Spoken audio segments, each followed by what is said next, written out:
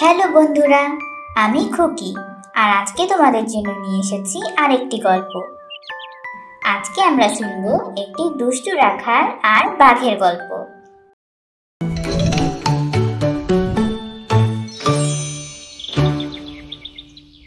এক গ্রামে বাস করত এক দুষ্টু রাখাল। সে প্রতিদিন সকালে তার ভেড়াগুলোকে মাঠে নিয়ে যেত ঘাস খাওয়ানোর জন্য। একদিন বসে বসে রাখালের খুব একঘেয়ে লাগলো। সে মনে মনে ভাবলো, গ্রামের লোকদের সাথে একটু মজা করলে কেমন হয়। তারপর সে হঠাৎ বাঘ বাঘ বলে চিৎকার শুরু করলো। তার চিৎকার শুনে গ্রামবাসীরা তাড়াহুড়ো করে লাঠি চোটা নিয়ে আসলো, কিন্তু তারা কোথাও বাঘ খুঁজে পেল না। তাদের দেখে রাখাল হো হো করে হাসতে থাকলো। তারাও রাখালের দুষ্টামি বুঝতে পেরে বিরক্ত হয়ে চলে গেল। কয়েকদিন পরে আবারও একই কাহিনী হলো। রাখাল বাঘ বাঘ বলে চিৎকার করে গ্রামবাসীদের বোকা বানালো।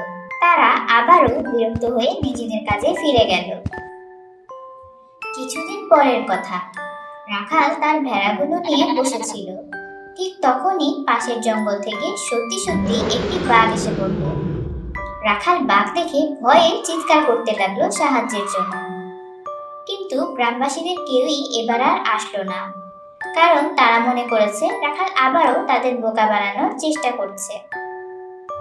এদিকে রাখাল ভয়ে কোনো মতে গাছে উঠে নিজের প্রাণ রক্ষা করলো, আর বাঘ রাখালের সবগুলো ভেড়া খেয়ে নিল।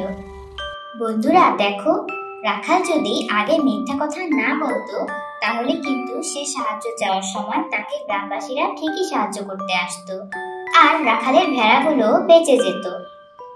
তাহলে আমরা বুঝলাম, মিথ্যাবাদীদের কেউ বিশ্বাস করে না, ফলে বিপদের সময়ও কেউ এগিয়ে আসে না। আজকের মতো এই পর্যন্তই, বিদায়।